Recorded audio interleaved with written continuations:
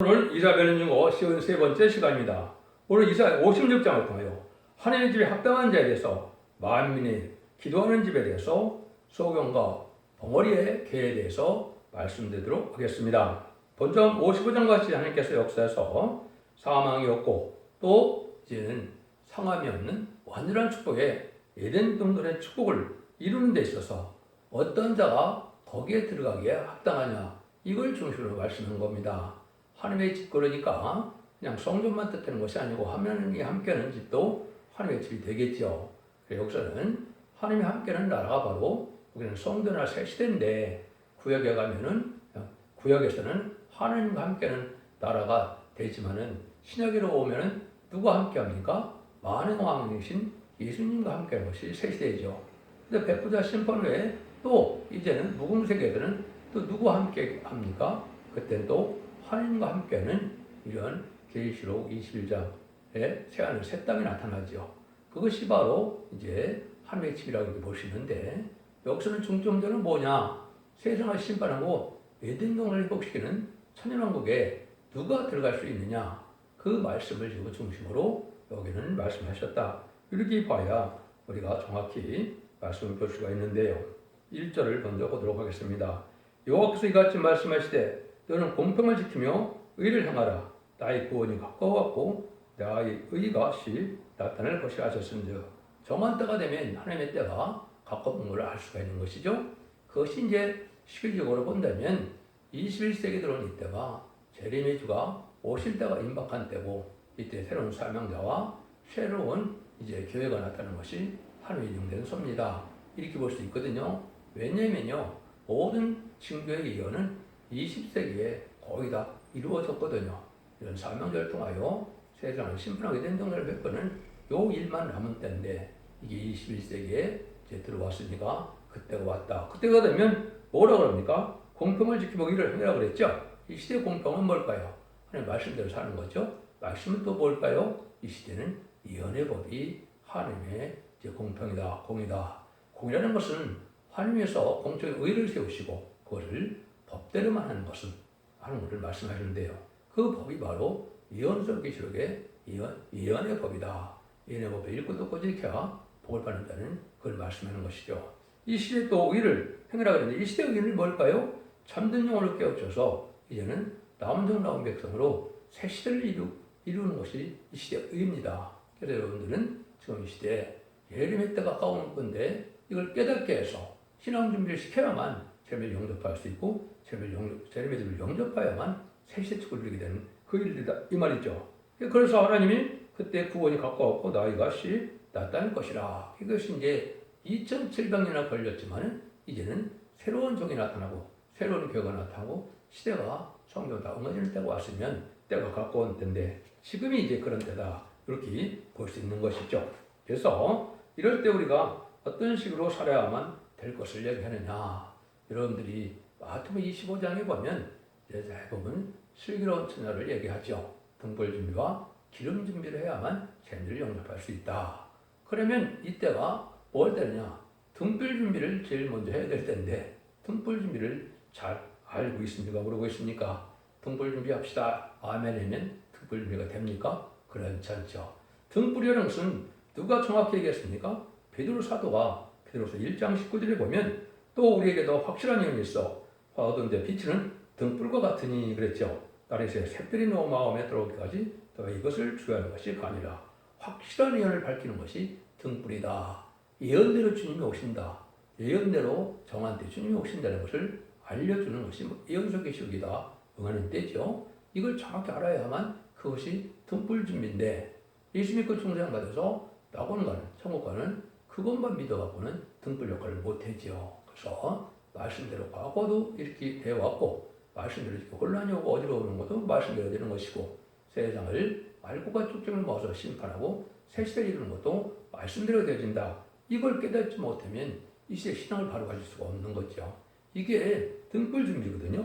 그래서 이거를 이제 스바냐 1장 12절에는 뭐라고 정확히 말씀했습니까? 그때 내가 등불로 예루살렘에 두루 찾아와 무릇 찢게 같이 가는 데서 신중히 스스로 이를 여호와께서 복도 내리지 아니하시고 아니시며 화도 내리지 아니하시니라 하는 자를 벌하리니 그랬죠. 인간적으로 되면 다 신앙이 나태되고 신앙이 탈선돼서 아이고 하나님을 믿어봐야 뭐 복도 안 내리고 화도 안 내리고 뭐 악한 자 안 믿는 자가 더 잘 사네 이런 생각을 많이 하죠. 이럴 때 하나님이 등불로 사람을 찾는다. 왜 그렇습니까? 이게 등불이 그게 바로 뭐냐? 바로 예언의 말씀이다. 이 말입니다. 지금도 마태복음에 보면 등불을 켜서 말 아래 두지 아니하고 등경에 둔다 그랬죠. 그것도 바로 뭐예요? 남에게 비춰서 다 하나님의 사랑을 받게 하는 일을 뜻했죠. 그것이 바로 뭐냐? 그 말씀의 빛이다. 이 시대는 죽지 않고 셋이라고 죽음을 맛보지 않고 편성자는 이 말세 복음의 예언의 등불이 바로 그 길이다. 그래서 말라기 4장 이들 보면 이제는 너에게는 의로운 해가 떠올라서 시도하는 광선을 바란다 그랬죠. 이건 말씀의 빛을 다 순종해서 이거라면은 죽지 않은 몸으로 완전 개조 변성을 약속으로 나오고 거룩한 칭함도 받고 또 일곱날을 받으면 변호성전에요 죄를 영접할 수도 있는 이런 때가 오는 거다 이렇게 볼 수 있는 것이죠. 그래서 이 빛은 바로 이사야 60장 1절에 일어나라 빛을 발하라 그 말이 나오죠. 그게 인간 종말의 시대적인 사명을 나타나서 완전변론의 말씀을 전하는 것을 뜻한 것이다. 그래서 이런 시대가 지금 가까운 것이다. 그럼 이때는 어떻게 복을 받느냐? 2절입니다. 안식일을 지켜 더럽히지 아니하며 그 손을 금하여 모든 악을 행치 아니하여 하리니 하나니 이같이 행하는 사람 이같이 굳이 잡은 인생은 복이 있느니라. 안식일을 지켜 더럽히지 않는다. 그러니까 또 안식일을 문자적으로 이렇게 해서 안식을 지켜야 복 받는다고 일부 단체, 일부 교단은 또 그렇게 얘기하죠. 그건 잘못된 생각이죠. 이 시대는 뭐 이거 2700년 썼을 때 뭐 주일이라는 개념이 있으니까 당연히 안식일밖에 없는 거죠. 그럼 예수님이 이 시대에 와서 십자가 못 박혀 들어가시고 예수님이 부활 승천하신 날이 주의 날인데 그러면 주의 날을 지키는 게 맞느냐 안식을 지키는 게 맞느냐 당연히 안식일은 율법적인 그런 교회의 육적 의견에 해당되는 것이고 예수님 그 중생받은 이방인도 구원받은 자들에게는 주님 부활하신 날 그게 주의 날이거든요. 그 주의 날을 지키는 것이 너무나 당연한 건데 이걸 또 잘못 알고 있죠. 그래서 주의를 잘 지켜야 된다. 근데 주의를 그냥 지키는 것 정도가 아니라 손을 구면서 악을 행하지 않고 이렇게 해서 선하고 의로운 삶을 살아가는 자들이 복을 받는다. 그러니까 하나님의 축복을 받는 이 먼저 시발점은 뭐라고요? 이것은 바로 주의를 잘 지켜서 주일날 은혜를 받는 것이다. 이사야 55장에서는 은혜 받는 첫 번째 확실한 게 뭐라고 그랬습니까? 말씀을 듣고 심령 소상함을 받는 거. 죄를 회개하고 내가 주님을 고백해서 심령이 변화되는 것이 첫 번째 은혜의 시발점이다. 이렇게 말씀했죠. 그래서 그 일들을 잘 지켜나가려면 주일을 잘 지켜라. 이 말이거든요. 주일날 여러분 대단하시 중요한 날이거든요. 주일날 주일 예배에 은혜를 받지 않으면 그 예배가 상달되지 않으면 그것은 하나님의 백성으로 볼 수 없는 거거든요. 그러니까 얼마나 주일날이 중요합니까? 어떤 목사님도 그래 돼요. 예배라는 것은 뭐 정한 것이 없는 것이고 일주일에 한 번 내가 시간 날 때 가서 한번 예배 참석하면 된다. 이렇게 말씀하시는 데도 있어요. 그건 또 하나 잘못된 거죠. 여러분 주일 지키는 것이 은혜 받는 이게 기본이다. 이렇게 볼 수 있는 겁니다. 그런데 이때는 또 굳이 잡는 인생이라는 말이 나오죠. 굳이 잡는 인생이 보이느라 그 뭘 굳이 잡나요? 이것이 바로 다림질의 길입니다. 다림질의 길은 세상에서 사는 동안에 이제는 하나님의 말씀을 지켜 행해야 되는데 그 말씀이 바로 뭐예요? 예언서기 속에 이제는 심판의 기준이 되는 다림질을 얘기하는 겁니다. 이 종을 만나야 여러분들은 복 받는 거거든요. 그래서 그 다림질의 말씀대로 축복하고 그 다림질의 말씀대로 재앙을 내리고 다른 말씀대로 구원하고 들어가는 말씀대로 화를 받아 심판받게 된다. 이 말이거든요. 그러니까 진리의 말씀을 잘 지켜서 행하는 것이 중요하죠. 그런 자들이 복을 받게 된다. 이 말입니다. 그래서 이것은 아까 무슨 삶의 권세를 이긴 주의 날이 지금은 주일이고 그게 안식일을 옛날에는 그렇게 뜻한 것이다. 그래서 주일을 어떻게 지켰냐야 봐서 하나님은 하나님의 백성인가 인가를 판단하시거든요.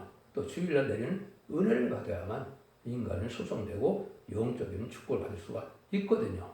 여러분 이걸 잘 생각하셔야 될 때가 온 겁니다. 3절입니다. 여호와께 연합한 이방인은 여호와께서 나를 그 백성 중에 반드시 갈라내시라 말하지 말며 고자도 나는 마른 나무라 말하지 말라. 이건 또 무슨 말이겠습니까? 하나님과 함께하는 자들은 모든 것이 부족하더라도 다 상관이 없다는 거죠. 마치 고자 같아도 하나님은 다 다 능력을 주고 계절 줘서 온전한 사람을 만들어서 축복하신다 이 말입니다. 여러분들이 이걸 잘 생각하시면 뭘 생각하면 됩니까? 예수께서 37장 1절 10절을 보면 마른 뼈 환상을 보게 되죠. 마른 뼈에서 이제 대언의 영이 나서 생기를 불어넣으니까 어떻게 됐습니까? 그것이 다 살이 붙고 그래서 뼈가 살아나서 큰 군대를 이루었다 이렇게 되어 있죠. 여기에 바로 뭐냐? 진짜 아무 소망 없는 이런 인간들이 7명의 완전 역사를 받으면 하나님 앞에 쓰임받을 백마탄 군대, 하늘 군대, 이 말이 14000명에 된다 이 말이거든요. 그러니까 고자 같으면 아무 소망이 없는 자들이지만 하나님의 은혜만 받으면 다 고침을 받는다 이 말이거든요. 그래서 이런 성령 충만해서 이런 걸 받는 것이 하나님 앞에는 바로 중요하다. 이게 마른 나무로 말하는 것은 마른 나무는 성경에서 뭘까요? 그거는 성령이 없는 인간을 뜻하는 겁니다. 푸른 나무는 뭘까요? 그거는 성령 충만한 사람을 뜻한 거죠. 그래서 성령을 받지 못하는 자들이라도 이제는 늦은비 성령을 받을 수 있는 은혜를 받게 되면 상관이 없고 복을 받게 된다 이 말이거든요. 아무 소망 없는 인간들도 늦은비 성령을 받으면 그제 복받는 때가 온다 이렇게 볼 수 있는 거거든요. 4절 5절입니다. 여호와께서 이같이 말씀하시를 나의 안식일을 지키며 나를 기뻐하는 일을 선택하며 나의 언약을 굳게 잡는 고자들에게는 내가 집에서 내 성에서 자녀보다 나은 기념물과 이름을 주며 영영한 이름을 주어 끊치지 않게 할 것이며 그랬죠. 그래서 안식을 먼저 지켜야 된다 이 말이죠. 또 하나님 기뻐하는 일, 주께서 주의 일을 선하는 일로 기쁘게 여기면서 의를 행하는 것이 하나님 앞에 중요하죠. 그런 삶을 살아야 되는 거죠. 언약을 굳게 잡는 자들이다 그랬죠. 언약의 말씀은 뭘까요? 하나님과 더불어 동고동락할 수 있는 은혜의 축복을 받는 그 시대가 오는 건데 그것이 일단은 천연왕국이고 두 번째는 무궁색의 새하늘과 새 땅이라고 그랬죠. 그래서 새하늘과 새 땅은 이 땅에서도 있고 또 무궁색에도 있는데 일부 이단들은 뭐라고 합니까? 하늘의 무궁색을 생각하지 못하고 이 땅이 새하늘과 새 땅으로 끝이다 이렇게 가르치고 있거든요. 그런데 그런 데 같이 몰려가는 이유는 뭘까요? 그게 바로 어둠이죠. 그래서 잘 못알아서 하는 건데 이런 때 이런 걸 잘 지키는 자들이 이제 뭐라 그럽니까? 기념물과 이름을 줘서 영영 이름을 줘 끊치지 않게 한다. 영영한 이름 이거는 새 이름을 뜻하는데 새 이름은 뭐를 뜻합니까? 왕권을 뜻하거든요. 이 말이 시간 4000명은 하나님께서 아무리 부족한 인간이라도 그러한 복을 받게 되면은 전혀 부족이 없는 왕권의 축복도 받게 된다. 이렇게 볼 수 있는 겁니다. 그래서 이걸 여러분이 잘 생각하셔야 소망 속에 우리가 살 수가 있거든요. 그래서 여러분들이 이것을 우리에게 이 시대에 주고자 하는 그런 축복이다. 이렇게 볼 수 있는 겁니다. 그래서 여러분들이 잘 아는 로마서 12장 1절 이래도 보면 하나님께서 산제사로 공을 드리는 것이 영적 예배라 그랬죠. 뭐라 그래요? 이 세대를 본받지 말고 오직 마음을 새롭게 함으로 변화를 받아 하나님의 선하시고 기뻐하시고 온전한 뜻이 무엇인지를 분별하도록 하라. 이건 물론 아까 말씀드린 것처럼 이 세상을 심판하고 에덴 동안에 축복을 주는 것이 하나님의 근본적인 하나님의 뜻이다. 이 말입니다. 이걸 잘 분별해야 이 말씀에 순종해야 이제는 심판대를 살아가서 새시대의 축복을 받게 된다. 이 말이거든요. 이것을 여러분이 잘 생각할 때가 왔다. 6절 7절입니다. 나 여호와께 연합하여 섬기며 나 여호와의 이름을 사랑하며 나의 종이 되며 안식을 지켜 더럽히지 않으며 나의 언약을 굳게 지키는 이방인마다 내가 그를 나의 성산으로 인도하여 기도하는 집에서 그들을 기쁘게 할 것이며 그들의 번제와 희생은 나의 단에서 기꺼이 받게 되리니 이는 내 집은 만민이 기도하는 집이라 일컬음이 될 것이니라. 이방인 하나님과 연합한 자들이라고 했죠. 이건 바로 뭡니까? 우리가 이방인 하나님을 섬길 수 없었는데 예수님이 오셔서 십자가의 공로로 우리가 이방인의 그걸 벗어나서 누가 되는가? 이게 이스라엘 백성이고 이게 참된 이게 영적 성도가 바로 하나님의 백성이 되는 것이죠. 이런 자들이 뭐라 해도 아까 배운 것처럼 이제는 종도 되고 안식일도 잘 지키고 또 언약의 말씀을 잘 지키는 일을 한다. 그랬죠? 그런 자를 내가 성산으로 인도한다. 이 성산이 또 마귀가 없는 그 새 시대를 말하는 겁니다. 성산은 하나님의 말씀이 나타나는 삶도 성산이지만은 하나님의 마귀 없는 세상을 만들어서 거룩한 세상을 성산이라고도 말씀하는 겁니다. 그래서 인도한다고 했죠. 이게 이제 새 시대의 축복을 받게 된다. 그러니까 이 자들은 어떻게 해요? 하나님의 그 제사는 의로운 제사를 여기서 다 받아들인다 이 말이죠. 여러분 하나님의 예배를 어떻게 받느냐에 따라서 축복과 저주는 달라지는 거죠. 그래서 하나님 기뻐하는 제사를 드리면 하나님의 백성이 되는 것이고 하나님이 기뻐하는 제사를 받지 못한 자들은 마귀의 지배를 받는 마귀의 백성이 되는 것이다. 그래서 이 의로운 제사는 뭐냐? 말라기 3장 2절 3절에 보면 어떻게 됩니까? 제레미를 영접할 제단이 나타나죠.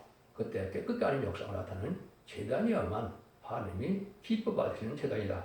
또는 제레미를 영접할 제단을 뜻한 것이고 그 교회를 뜻한 것이다. 그렇게 봐야 됩니다. 그래서 이런 때가 됐을 때는 어떻게 해요? 내 집은 만민을 기도하는 집이다. 이걸 보면 이제 어떤 의미로 되는 거냐? 만민을 위하여 기도할 수 있는 이런 교회다. 이렇게 봐야 되겠죠. 그래서 만민을 구원하는 교회가 바로 뭐냐? 그게 첫대 교회거든요. 그래서 뭐 어느 성전이라고 만민이 와서 기도합니까? 그렇지는 않죠. 만민을 구원하는 기도를 하는 교회가 있는데 그것이 새 시대로 인도하는 첫대 교회다. 성경의 마지막에 예언된 교회는 첫대 교회밖에 없기 때문에 그렇습니다. 그리고 1장 12절에도 보면 예수님께서 만왕왕 오실 때 일곱 금뜻대사에 오신다고 그랬죠. 그리고 1장 1절에서 그랬고요. 그것이 바로 이 마지막 재단에 제рем제가 올 때 재단을 뜻한 것이다.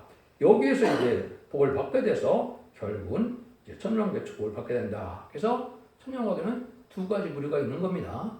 지도자가 되는 임마진 신앙 4천명의 왕 고마든 종들, 또 셋이 축복된 백성이 되는 기록 7.9절에 등이 실수는 큰 무리가 흰 옷을 입고 호산나 호산에서 이제 청년나무 가지를 들고 이제 주님을 영접하죠. 이게 바로 이제 셋이 축복되는 백성이다. 이 두 가지 방법이 셋이 가는 방법이다. 즉 7장에는 바로 그렇게 되어 있는 것이죠. 그래서 이때 하나님께서 주님의 일을 할 때 먼저 뭘 했습니까? 성전을 청소를 했죠. 내 집을 장사하는 집으로 만들지 마라. 내 집을 강도구로 만들지 말라. 예수님이 의의 분노를 내셨죠. 지금도 마찬가지로 보배가 타락하는 교회에 하나님께서는 진리대로 다시 의로운 교회, 이제는 바로 사는 교회를 만드는 것이 하나님이 진짜 기뻐하는 일인데 그것이 바로 알고 보는 첫 대교의 역사다. 이렇게 볼 수 있는 겁니다. 이것들이 하나님께서 다 이루어지는 때가 온다. 근데 그런 때는 어떤 일이냐? 참 인간 생각에는 어려운 일이죠. 8절입니다. 이스라엘 쫓겨난 자를 모으는 주 여호와가 말하노라. 내가 이미 모은 백성에 똥과 그에게 속하게 하리라 하셨습니다. 여기 이제 모은 백성에는 또 모은다 그랬죠.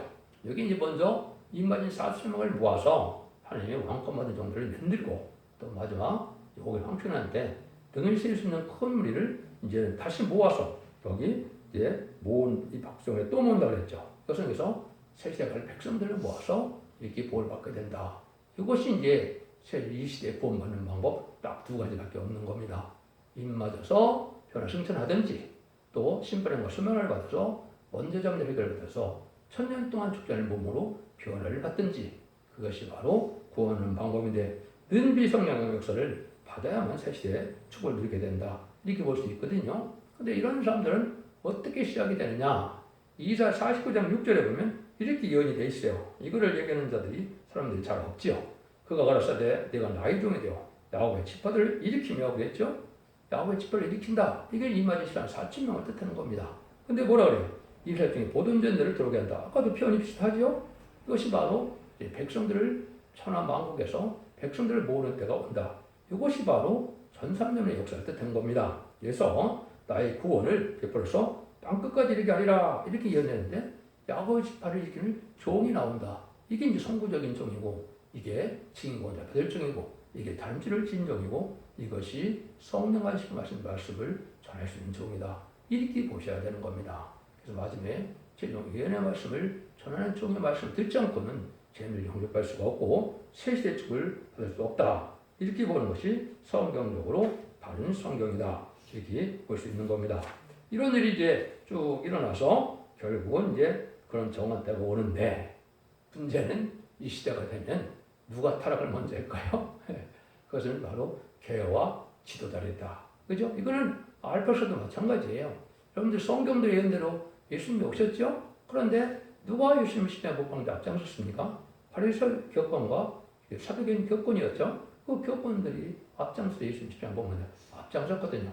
제레미 주가 올 때는 또 어떨까요? 바로 불의한 격권들이 그걸 대적하는 일을 한다. 그러다 보니까 불가피하가 쫓겨난 자를 모은다 그랬죠. 그래서 앞으로 새시대 갈 사람들은 불현 격건, 음녀 정권과 격건해서 또 쫓겨나기도 하고 거기서 나온 자들 모으는 역사가 있다. 이 말입니다. 왜냐하면 속화되고 불효한 교단과 교파에서 특별히 WCC나 NCT나 WA나 이런 데 동참하는 것은 있을 수 없는 거거든요.